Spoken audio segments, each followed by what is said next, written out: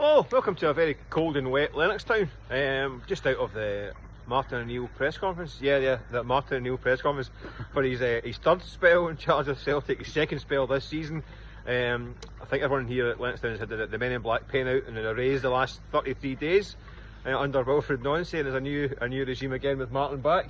It's slightly surreal seeing him again, isn't it? So soon.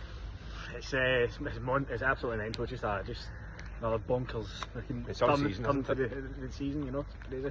Yeah. But it was great seeing him back. He was in great form, and you know, he spoke about 20 minutes to the broadcast press, and then he gave a lot of time to the dailies as well. So yeah, it's great to see him back in the hot seat. He just looked a man comfortable in his surroundings, and the thing is, he's not under any illusions about how difficult this is. I think the phrase he used is an enormous task. I mean, he mentioned that they can see it as at least a three-way title race. Yeah. Chucked in Motherwell as well, didn't he, a few times? Yeah. Into that mix. He also knows what the squad needs, doesn't he? Yeah. The thing is, he mentioned that he's, you know, when he came in, when was it, the start of October, around about that period, middle of October, he had a lot more time in his hands to drag Celtic back into the title race. He was, it pains to point out, there's only 18 games left this time round. So, and obviously Rangers have got a psychological edge, you'd probably say, over Celtic. I think that's one of the things he actually said. Hearts are obviously 6 points clear now as well.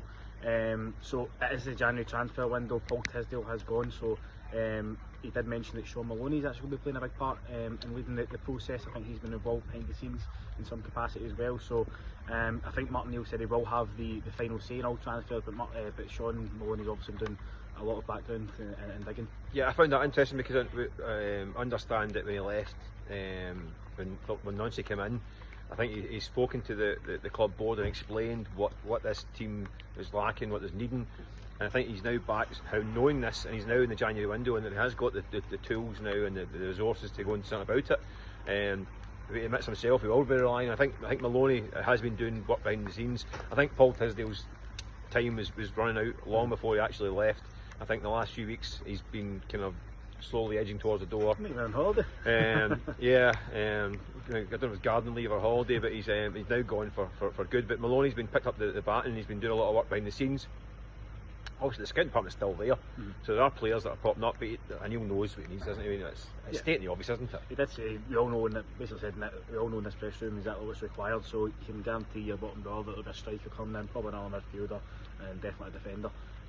So I think there's gaping holes all over the park. You're obviously looking at the wide areas, which is going to be a priority as well.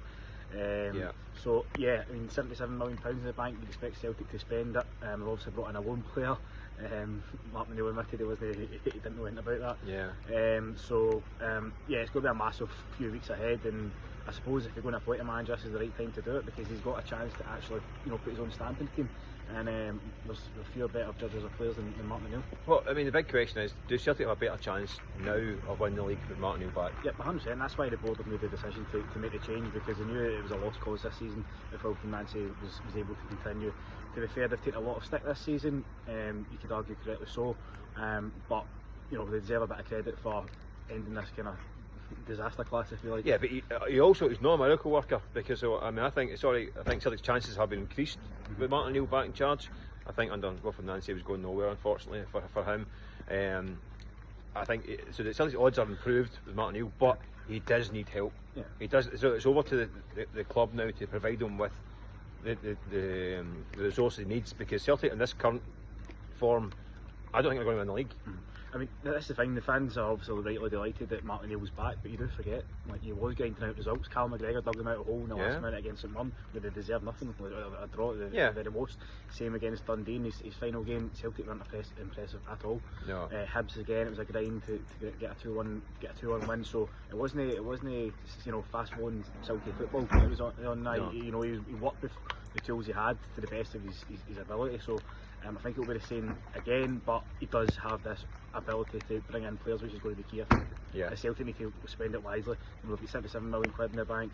Did have. I mean, it's time to pay up Nonce and his team and pay the big compensation. But bought players in the summer. I think the funds have been diminished purely by the kind of botched season so far. But the point I was going to make is they've got a lot of money in the bank.